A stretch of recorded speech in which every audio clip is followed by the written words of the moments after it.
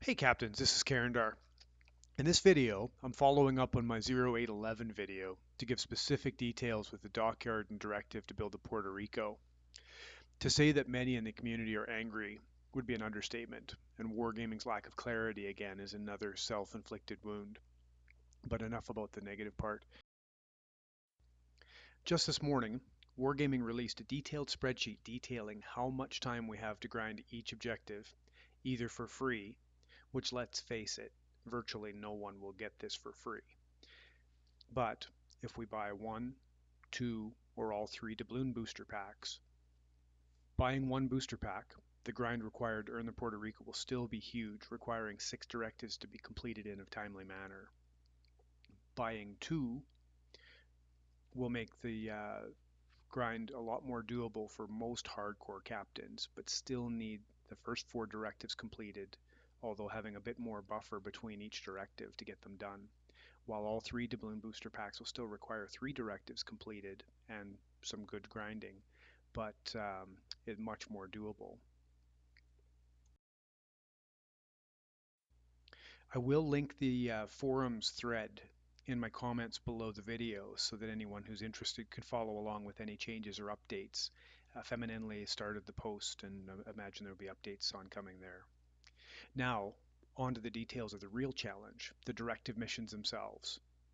These are the most difficult directive missions ever seen in World of Warships and will require the most dedicated to even have a chance to get through them.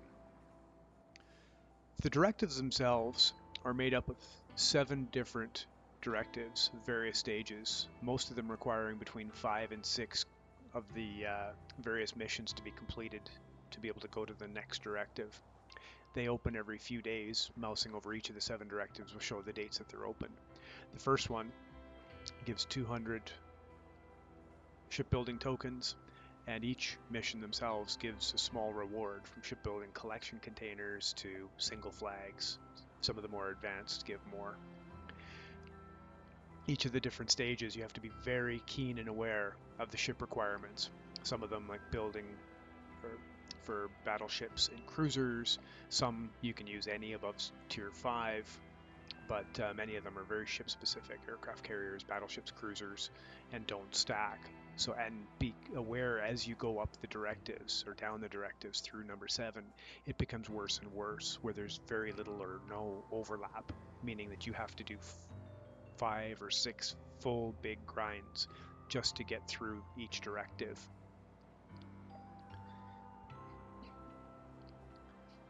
Stage 2 is 250 tokens. And again, very similar, single dragon flags, shipbuilder containers. The requirements to get through these also go up. 150 citadel hits, set on fire, causing flooding. Huge damage requirements to ships. Potential damage. Very big numbers.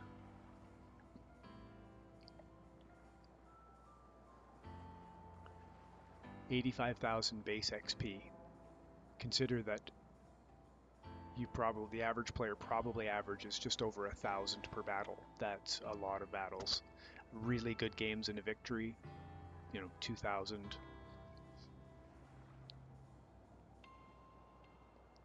Earning big numbers of XP in various ship classes, 135,000 battleships, cruisers, destroyers. That's going to take a lot of stacking of flags and camo and a lot of matches. These first 3 stages, if you own the Gorizia, if you've purchased her, then that's the only ones that truly overlap, where you're doing 3-4 missions per directive at the same time. Stage 3, the reward is 300 shipbuilding tokens and the Gorizia herself and the captain and port slot. So that's what most people are going to be working towards, and it's a good reward. It's very typical to Christmas or holidays in the past. Secondary armament, 4,500. 320,000 commander. 105,000 base XP, tier 5 or higher ships. Aircraft carriers, 48,000 base XP. Battleships, 48,000 base XP. Cruisers, 48,000 base XP. And again with Stage 3, the bottom 4 missions are all Gorizia, and they are a little easier targets. So Wargaming definitely is trying to incentivize us to purchase the Gorizia. If you do own her and you come through and finish Stage 3, you will get doubloons in her place, so that's maybe a viable option for many. There's a permanent camo being given away here, and a pile of port slots for the Stage 4 completing each mission inside of this directive.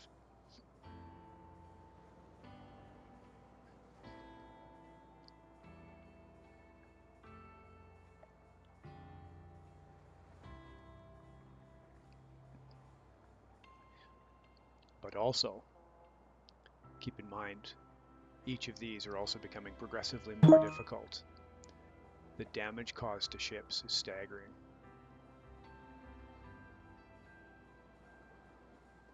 Earn 950,000 XP. That's an entire ship line or more. 27,000 base XP for Japanese, 27,000 base XP for USA, and down the line it goes. That's a lot of battles.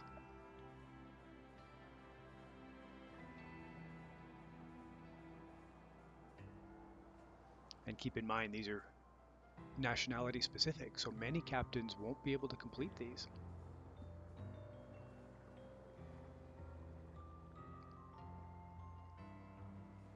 Stage 5 is for 300 shipbuilding tokens, Santa containers, free XP as rewards for doing the individual missions.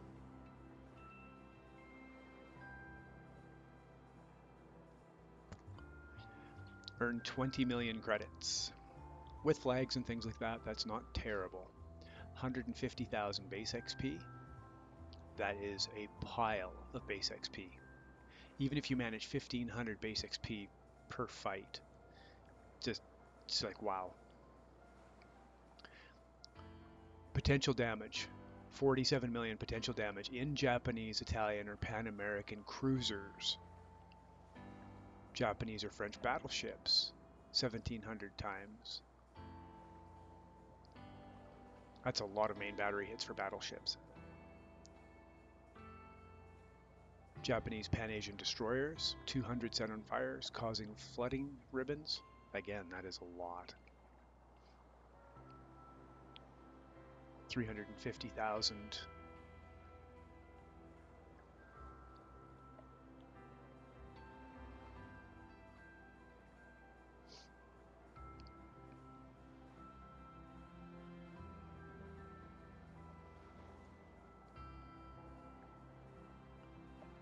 Again, German Pan-Asian cruisers, potential damage 47 million. That's a lot of potential damage for cruisers. Damage dealt in battleships. Goes without saying, these objectives are going to require an immense amount of time. The 6th directive is 300 more shipbuilding tokens, a couple of gift containers, and this is coal for each individual reward.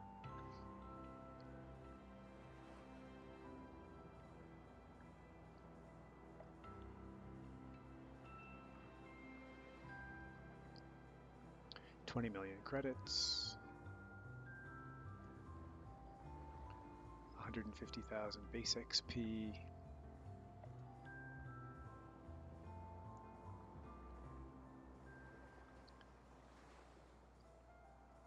Citadel hits,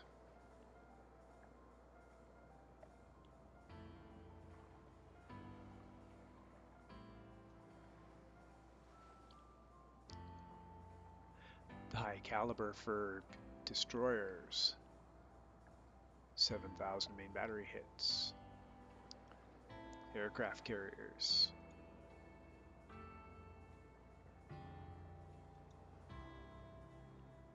230 torpedo hits, hits to Citadel,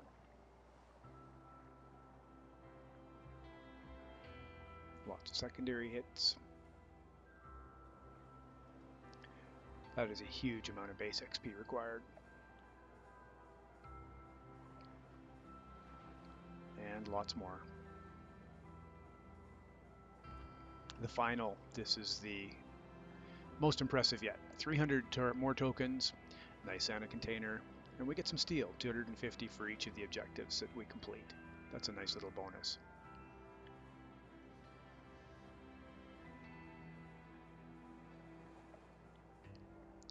$20 million credits. Tier 10 ships, keep that in mind. The XP here, 1.1 million experience. How many lines is that? 1.5 or 2 lines? British and Italian cruisers, 350,000 XP. British and American battleships, 350,000 XP. Pan-Asian and British destroyers, 350,000. Aircraft carriers, 350,000. French and Japanese cruisers, 350,000. Battleships, 350,000 free XP. That was the same with the French and Japanese cruisers, as it is with these destroyers. That is a lot. 580,000 Commander XP. It is beyond difficult. Phase 7. If you do manage to get through all of these, then there's a bunch of nice camos that you can get by getting into the Hall of Fame. Now for most, I recommend absolutely doing the best you can in the directives, but not with the goal of getting the Puerto Rico. Let's focus on the things that we can accomplish. The daily shipments, logging in every day for 14 days gives all kinds of nice loot. The snowflakes, we can get containers for tier 10, we can get coal for 5 to 7s, and we can get steel for 8 to 9. These are nice rewards. You can do them in co-op, you can do them in random. Also, once you do unlock the Gorizia at the end of the Directive 3, it opens up 4 more missions for 4 tech tree ships.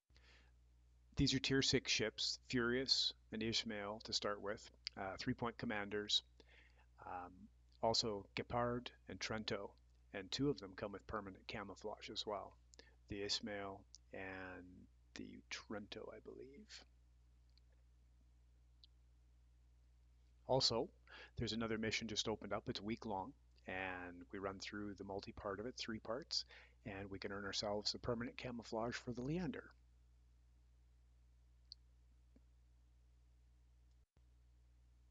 For anyone who hasn't found them yet, just entering the armory earns us 2 free small gift containers. Also going into the container screen itself, the little box on the left side where you have the option to purchase, just entering it gives us 2 more. There's also the normal daily reward missions, which gives a lot of rewards. It's something that we kind of forget about over time.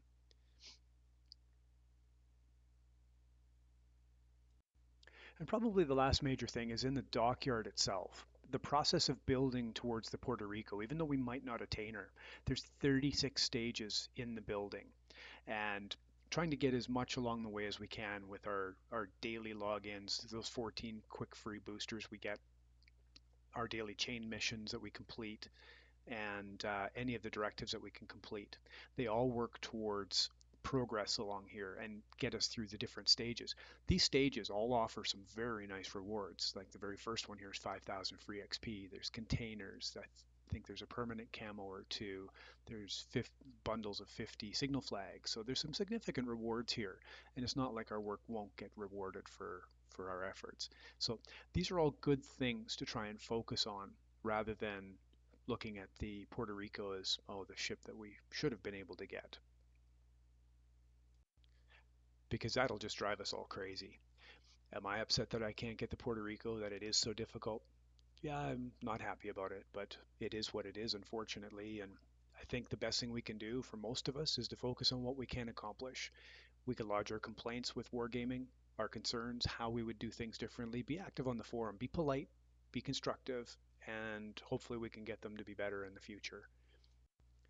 Because let's face it, if Wargaming had come out with this whole bundle with all the other free things that we can get, just the Tier 7 Gorizia that was difficult to get but possible, and made the Puerto Rico a steel ship, we wouldn't be having the forum and Reddit posts and the rage that we see today. So in closing here, again, I just stress very importantly, go through those directives, see what you can see for the difficulties, the ships you have access to, what you think you have for time, and have a realistic projection of whether you have a chance to get to Puerto Rico for free, or if you're buying one, two, or three of these boosters. The other thing we don't know for sure is when you get to a certain point, you can buy the ship outright for 35,000 more doubloons than the original three boosters offer. That number should diminish, but we don't have that number for probably a day or two until the shipbuilding actually opens up. So this is something to be aware of as well. How much money do you want to spend on Puerto Rico? If none, then do the free stuff and take advantage of the giveaways that they do have, and avoid the stress of not being able to complete the ship. Well, this video certainly went longer than I had first planned, but there's a lot of information, and I just hope that this helps everyone to be able to plan for this next month and how to enjoy it best. So until the next time, thank you very much for watching, and good hunting.